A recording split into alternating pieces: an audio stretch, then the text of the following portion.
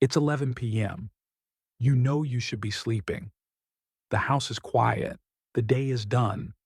But you're checking your phone. You tell yourself it's just for a minute. You're just checking the news one last time. You're just seeing what the kids posted on Facebook. You tell yourself you're just winding down. So, why do you still feel that wire of anxiety running through you? Why, when you finally put the phone down at midnight, does your brain feel like it's running a marathon? Why do you wake up at 7 a.m. feeling like you haven't slept at all? For years, we've all been told the same thing. It's the blue light. We've been told to buy special glasses. We've been told to use night mode. And that is part of the story. But it is not the real story. It's not the reason you feel that sleep anxiety and that agitation. Your evening phone habit isn't relaxing you. It is actively trapping you in a stressful anxiety loop. Today, we are not going to talk about blue light filters. We are going to expose the real biological culprit, a stress hormone that is hijacking your sleep, a hormone that is flooding your body because of that phone. This video is about understanding the psychology of why it's so hard to put the phone down, especially for our generation. This isn't about shaming you. This is about understanding. And by the end of this video, I will give you the practical, psychological tools to fix this screen time habit and finally break the cycle, so you can get the deeper rest you deserve. Decoding the anxiety loop. To understand the anxiety loop, we first need to understand two chemicals in your body: melatonin and cortisol. Think of your body like a perfect 24-hour clock. When the sun rises, your body releases cortisol. Now, cortisol gets a bad rap. We call it the stress hormone. But in the morning, it's a good thing. It's the awake hormone.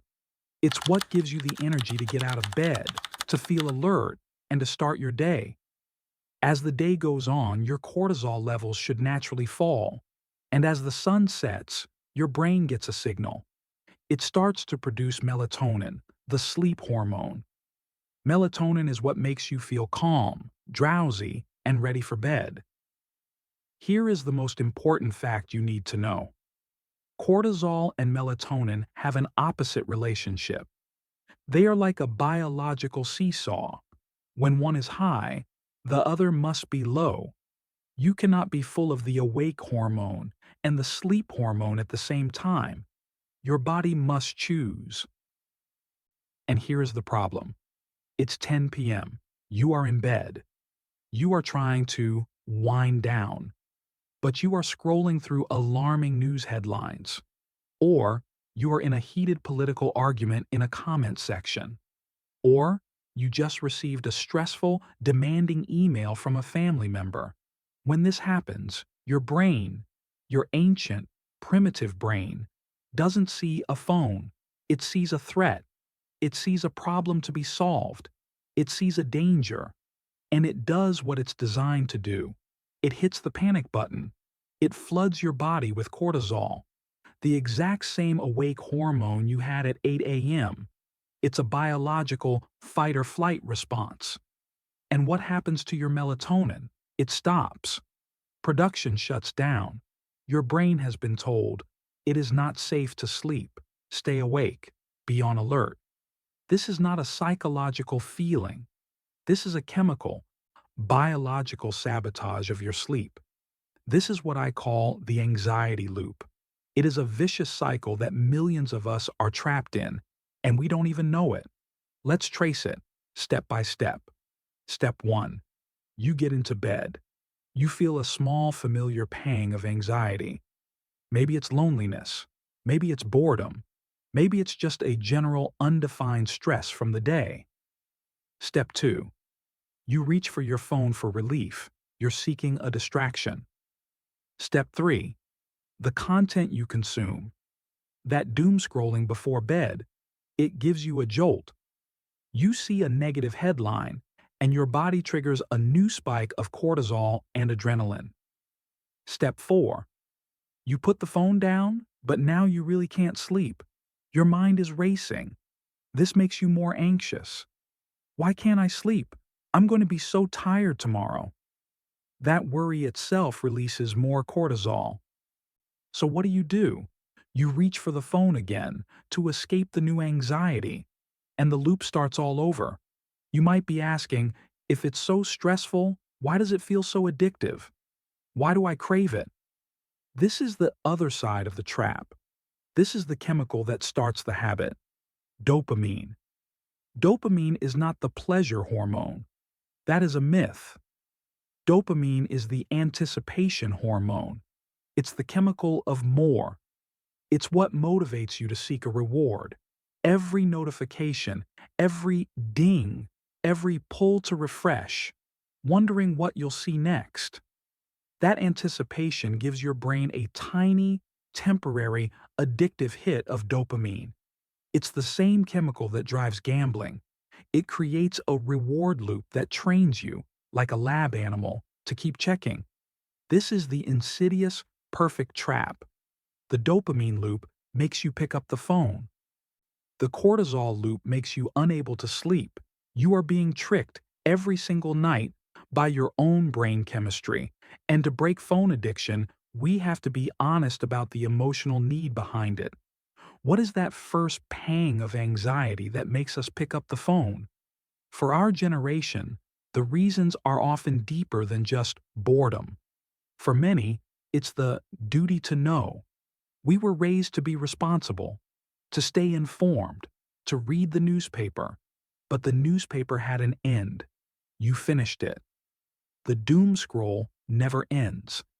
It's an infinite feed of negative information, clinically shown to worsen anxiety and depression. You are absorbing all the world's stress right at the moment your body needs to heal. The other great driver? Loneliness. The house gets quiet. The kids are grown. The day is over. And that phone becomes our window to the world. It's our connection to our children, our grandchildren, our friends.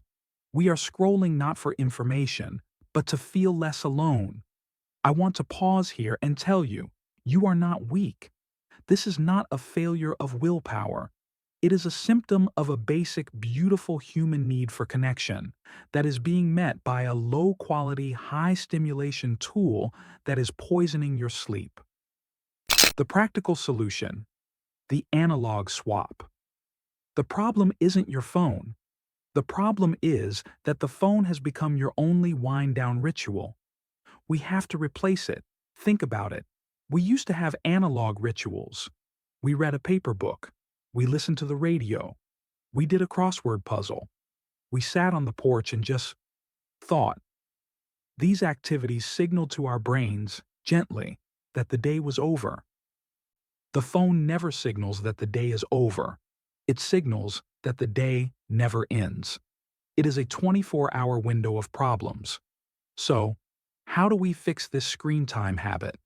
You cannot just stop a habit. That almost never works. You must replace the anxiety-driven ritual with a comfort-driven one. Here is your practical two-step solution. I call this the analog swap. First, you must create a digital curfew. This is the most important rule. It is non-negotiable for getting deeper rest. 60 minutes before your head hits the pillow, your phone must be charging. And here is the key. It must be charging in another room. Put it in the kitchen. Put it in the home office. Put it in the bathroom. But it cannot be on your nightstand. The temptation is too strong. The dopamine loop is too powerful. I know what you're thinking. But I use it for my alarm. This is the number one excuse I hear. Go online or to your local drugstore and buy a $10 analog alarm clock. This single, simple action removes the excuse. It is the most important $10 you will ever spend for your sleep. Taking the phone out of the bedroom is the physical act that breaks the habit. Second, you must replace the why. You have to fill that new 60-minute phone-free void with a new, comforting ritual. Ask yourself, Why do I scroll? If you doom scroll because you're anxious about the news, replace it with a physical book, a magazine, a crossword puzzle. Choose something finite, something that has a beginning, a middle, and an end. This signals to your brain that a task is complete. If you scroll because you feel lonely or anxious, replace that external, digital connection with internal connection. Get a simple notebook. Call it your wind down journal. Before bed, write down one good thing that happened today, or one thing you are grateful for. This practice is scientifically shown to calm the mind and reduce anxiety. You are retraining your brain. You are teaching it to associate bedtime with comfort, calm, and closure, instead of cortisol, dopamine, and chaos. The information in this video is for educational purposes only and is not a substitute for professional medical advice. Please consult your doctor before making any changes to your health routine. Your evening scrolling isn't relaxation. It's a biological anxiety loop fueled by a chemical collision of dopamine and cortisol. To get deeper rest, we must break the psychological habit, not just blame the physical screen. We are a community here, and I want to ask you something. Please be honest. What is the one app or website you find yourself checking right before you try to sleep? Is it the news? Is it Facebook? Is it checking email? Let's share our experiences in the comments below. You are not alone in this. Now that we have identified the psychological trap, in our next video, we will explore the physical damage this habit might be doing to aging eyes. Click the video on your screen to watch the hidden danger, why blue light is worse for adults over 55. Thank you for watching.